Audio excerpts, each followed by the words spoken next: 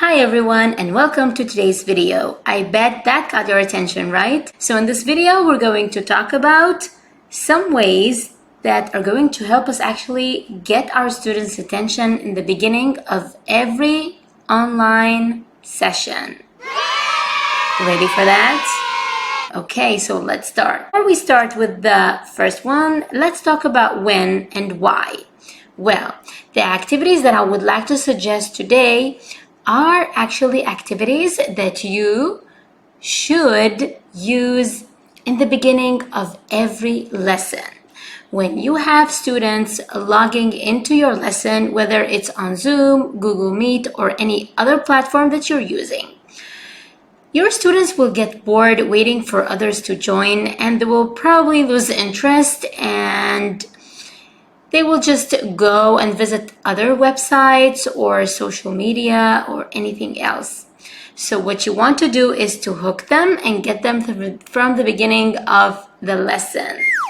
That's why we should try out those 5 excellent activities that I'm going to share with you that I found very helpful. And I thought to myself, hey, why not share that with the world? Because sharing is caring, right? So let's start with the first one. First one here is called Words Challenge. So what is Words Challenge? Words Challenge is actually when you ask your students, once they log into your lesson, they see the first slide on your presentation is you asking them to list down in the chat box words and brainstorm different words that relate to a certain topic or a certain theme. And if you want to really make it challenging, you can ask them to put it according to the alphabetical order. Let's say you're teaching about friendship. So think about a word that starts with the letter A that has to do with friendship, and then B, and then C, and then D. Okay, you got that? Great. So that's the first one. Let's talk about the second tip. Well, the second tip is called sentence completion.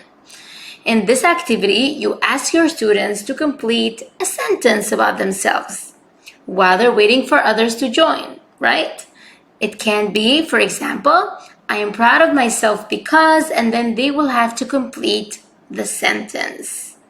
And then you can pretty much get them all engaged, writing down things in the chat box and reading each other's comments in the chat. And that's just an excellent way for you to get to know your students better as well.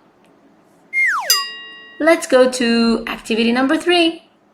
This is actually a fantastic way to grab your students' attention, and I've used that a lot. The whole idea is you display a picture. It can be any picture, and you ask your students to spot something in the picture and to write it down in the chat box, to type it down.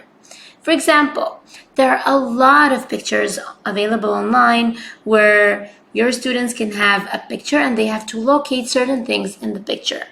There are certain pictures, words hidden in them. Another way you can do it is, okay, this is a picture. I would like you to find something that starts with the letter B. Or find something that we use in the winter, depending on your students' level. Okay, so activity number 4 is actually super fun for students.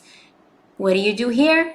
You start your lesson with a riddle. Yes, display a riddle and ask your students to guess the answer. It's fun and it's engaging and they try to guess. They're active and they're with you. If you think that they guessed it fast, prepare another one. Always be prepared with different riddles because riddles are an excellent way to engage our students in the beginning of the lesson. Let's go to tip number 5. Okay, so tip number 5. In tip number 5, you start the lesson by displaying a video. And actually show your students the video in the beginning of the lesson as they all join and log in. So what kind of videos can you use? You can use inspirational videos, motivational videos. If we're talking about young learners, songs are always fun. Positive affirmations just to get them in a positive mood, a positive mindset. I found that really effective, and my students love it. And they sometimes ask me to play the video again the next lesson that we meet. I've shared 5 different activities that can really help engage our students in the beginning of every lesson and get their attention and not lose them.